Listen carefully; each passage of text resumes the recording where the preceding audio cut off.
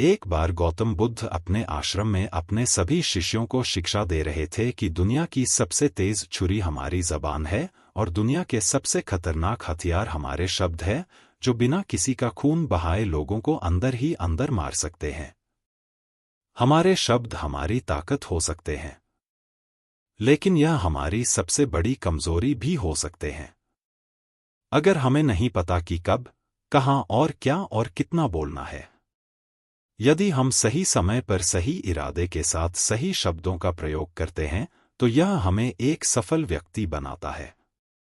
लेकिन अगर हम सही समय पर सही इरादे से सही शब्दों का इस्तेमाल नहीं करते तो यह हमारे जीवन को नर्क से बदतर बना सकता है। तो दोस्तों, आज की स्टोरी के माध्यम से मैं आपको बताने वाला हूं कि चुप रहकर कैसे हम अपने जीवन को बदल सकते हैं। आपको चुप रहने की शक्ति का एहसास इस वीडियो में होने वाला है। वीडियो शुरू करने से पहले कमेंट बॉक्स में नमो बुद्धाय लिखकर वीडियो को लाइक जरूर करें। तो चलिए शुरू करते हैं इस कहानी को। जापान में एक बहुत ही प्रसिद्ध बौद्ध भिक्षुक रहा करते थे। उनका नाम रिसाई था। रिसाई अकेले रहते थे।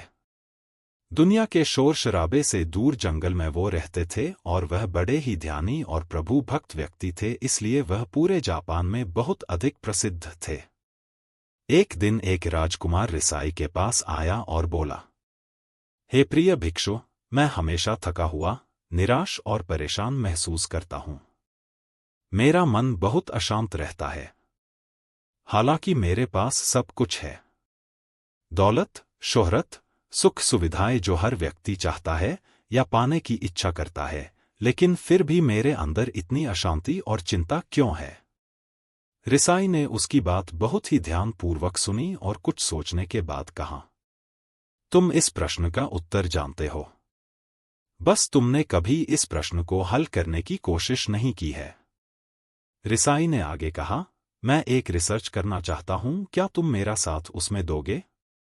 इस रिसर्च के बाद तुम्हारे जीवन में किसी भी तरह की अशांति और चिंता नहीं रहेगी। ये बातें सुनकर राजकुमार बहुत हैरान था। उसने रिसाई से कहा, बताइए मुझे क्या करना होगा? अपने मन की शांति के लिए मैं कुछ भी करने को तैयार हूं। राजकुमार की इन्हीं बातों को सुनकर भिक्षु ने कहा, तो फिर आप अगले 15 दिन के लिए मेरे आश्रम में रहोगे और एक सामान्य व्यक्ति की तरह अपना जीवन व्यतीत करोगे और इन 15 दिनों में तुम अकेले और चुपचाप रहोगे, जितना हो सके कम बोलोगे। राजकुमार उस भिक्षु की बातें सुनकर सहमत हो गया। पहले दिन राजकुमार को लगा कि उसका मन सामान्य से अधिक अशांत और विचलित है। उसके मन में तरह तरह के विचार आ रहे हैं और वह आम लोगों की तरह जीवन जीने में असहज महसूस कर रहा है। उसे अंदर से बोलने की इच्छा हो रही थी, लेकिन वह चुपचाप रहा। उसके मुंह से एक भी शब्द नहीं निकला। बस वह चुपचाप बैठा रहता, लेकिन रात होते होते उसे अंदर ही अंदर शांति का अनुभव होने लगा। उसके लिए यह अनुभव अजीब था। वह खुद से पूछ रहा था कि वह अंदर ही अंदर इतना खुश क्यों है और उसकी आंतरिक बेचैनी और चिंता कम क्यों होने लगी है। अगले दिन राजकुमार अकेला चुपचाप बैठा रहा और वह प्रकृति को निहार रहा। वह पौधों को, फूलों को, आकाश में उड़ रहे पक्षियों को, वह अपने जीवन में पहली बार यह अद्भुत दृश्य महसूस कर रहा था कि उसके पास कितनी सुंदरता है। वह दिन भर प्रकृति की सुंदरता को निहारता रहता और उसकी ताजगी को महसूस करता रहता। इसी तरह से 10 दिन बीत गए और उसके मन की सारी बेचैनी, सारी हलचल, सारी उथल पुथल और सारा तनाव गायब हो गया। 11वें दिन की सुबह राजकुमार फिर से एकांत में बैठ गया और कुछ ही मिनटों में उसकी आंखें अपने आप बंद हो गई और वह गहरे ध्यान में चला गया। वह पूरे दिन वहीं पर आंखें बंद करके बैठा रहा और गहरे ध्यान में डूबा रहा। ना कोई शब्द, ना कोई चिंता। राजकुमार भीतर से असीम शांति और आनंद से भर गया।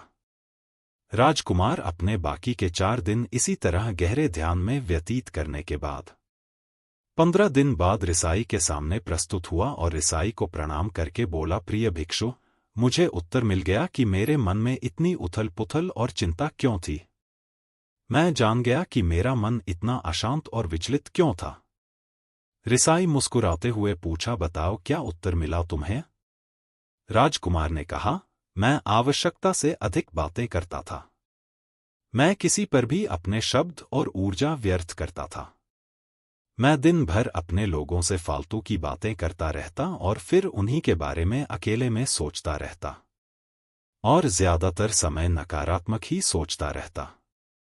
इस तरह मैं बस अपना समय बर्बाद कर रहा था।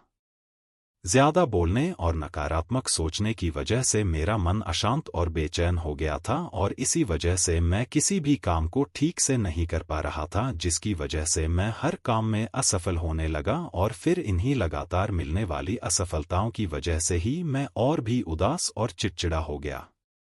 इन्हीं सभी चीजों की वजह से मेरा जीवन नष्ट हो रहा था, लेकिन यहाँ पर बिताए हुए 15 दिन मेरे लिए पूरी तरह से अलग थे। मुझे कुछ अलग ही एहसास यहाँ पर हो रहा था। अब मुझे ऐसा लग रहा है मैं अपना जीवन पूरी तरह से जी रहा हूँ, लेकिन इससे पहले मैं अपना जीवन गलत तरीके से जी रहा था और मैंने यह भी सीखा कि हमें सिर्फ ध्यान करने की जरूरत नहीं है। ध्यान अपने आप होता है जब हम इस शांत और मौन होते हैं। ध्यान के पिछले कुछ दिनों के दौरान मैंने जो पहली चीज सीखी वह यह है कि मनुष्य के जीवन के सबसे महत्वपूर्ण घटना स्वयं को जानना है। यह सुनकर रिसाई ने कहा, सिर्फ तुम ही नहीं, दुनिया में ज्यादातर लोग जरूरत से ज्यादा बोलते हैं। आज भी लोग ज्यादातर समय केवल एक दूसरे को नीचा दिखाने के लिए ही बोलते हैं। कुछ लोग ना चाहते हुए भी बातें करते हैं और अपना जीवन बर्बाद कर लेते हैं।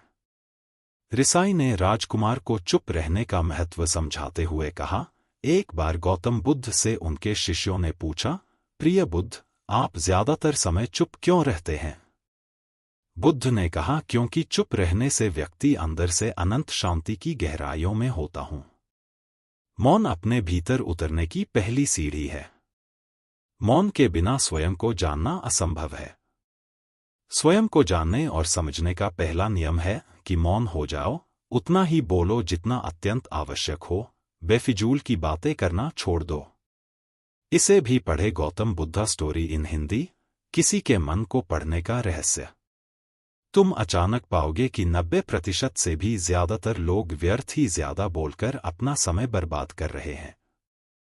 ना बोलने का कोई भी नुकसान नहीं है, लेकिन यदि आप ज्यादा बोलते हैं तो आप अत्यधिक गलती कर देते हैं।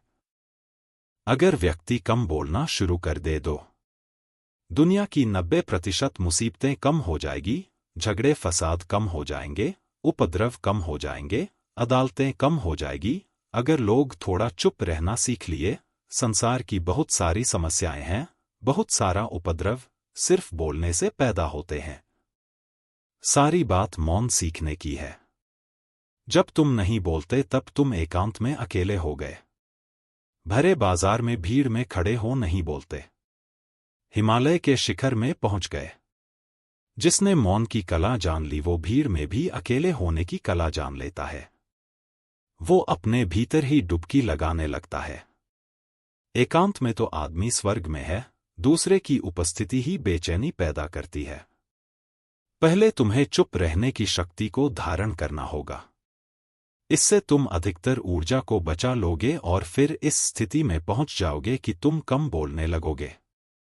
अगर तुम किसी के यहाँ पर जा रहे हो और परेशान हो जाओ तो ऐसे में उचित है कि आंखें बंद कर लो और अपने में खो जाओ। वहां से आपको ताजगी महसूस होगी, क्योंकि तुम्हारे अंदर ही जीवन का वो स्रोत छिपा हुआ है, वह किसी दूसरे में नहीं है। इसके बाद राजकुमार उस रिसाई से पूछते हैं, आखिर कौन हमें अपने अंदर तक लेकर जाएगा? ये बातें सुनकर रिसाई बुद्ध कहते हैं, तुम्हें स्वयं ही अपने अंदर उतरना होगा और वहीं से परम राज्य जीवन का आनंद ले पाओगे। आनंद का यहीं से जन्म हुआ है, यहीं से तुम मौत में डूब जाओगे। यही तुम्हारा सूरज उदय होगा और यहीं से अस्त होगा। इसी प्रकार तुम बार बार डुबकी लगाओ। जब भी तुम डुबकी लगाकर लौटोगे, वहां से तुम पाओगे फिर ताजगी भरी जीवन की नई संपदा मिलेगी। इस नई शक्ति के जन्म होने से तुम्हारी थकान गई, उदासी गई, चिंता गई। जैसे कोई स्नान करके लौटता है तो शरीर शीतल हो जाता है, शांत हो जाता है। ऐसे ही जब कोई भीतर से साफ होकर वापस आता है, मौन में स्नान करके लौटता है, तो समस्त अस्तित्व, समस्त व्यक्तित्व शांत और मौन हो जाता है, आनंदित हो जाता है। जब तुम आंतरिक मौन की उस पराकाष्ठा पर पहुंच जाओगे, तब तुम पाओगे कि बोलने से भी तुम्हारा मौन खंडित नहीं होता, वो बना ही रहता है। उसकी एक अंतर्धारा लगातार तुम्हारे भीतर बहती रहती है। तुम बोलते तो हो, तुम शब्द का उपयोग भी करते हो, लेकिन वो तुम्हारे मौन को खंडित नहीं कर पाती। एक बार गहरे मौन में स्थिर हो जाओ, फिर तुम्हारी वाणी में भी मिठास आ जाएगी। तुम्हारा बोलना संगीतपूर्ण होगा, तुम्हारा बोलना सत्य होगा। तुम बोलोगे तो दूसरों पर भी शीतलता छा जाएगी। जैसे ही तुम अंदर से चुप होते हो, तुम इतने शक्तिशाली होने लगते हो कि समाज की निर्भरता तुम छोड़ने लगते हो और तुम्हारे जीवन में एक मस्ती आती है जो केवल दीवानों के जीवन में होती है। तुम्हारे चेहरे पर एक नई रौनक आ जाती है। तुम्हारी आंखें किसी अमृत के समान हो जाती है और तुम अनंत शांति के समुद्र में डूबने लगते हो। इतना कहकर भिक्षु रिझाई ने अपनी बात खत्म की और वो मौन में चले गए। राजकुमार उनका धन्यवाद कर अपने महल में चला गया। दोस्तों, आपने भी अनुभव किया होगा कि बहुत ज्यादा बात करने से दिमाग अशांत हो जाता है, जिससे हम अपने दिमाग पर नियंत्रण खो देते हैं और साथ ही अपना ध्यान भी खो देते हैं। जो लोग बहुत ज्यादा बोलते हैं, उनके पास किसी एक काम पर ध्यान केंद्रित करने की काबिलियत नहीं होती। वो अपने किसी भी लक्ष्य पर पूरी तरह से केंद्रित नहीं कर पाते। अगर हमारा दिमाग एक जगह केंद्रित नहीं है, तो हम जीवन की सच्चाई नहीं समझ पाते और ना ही मनचाही सफलता कभी हासिल कर पाएंगे।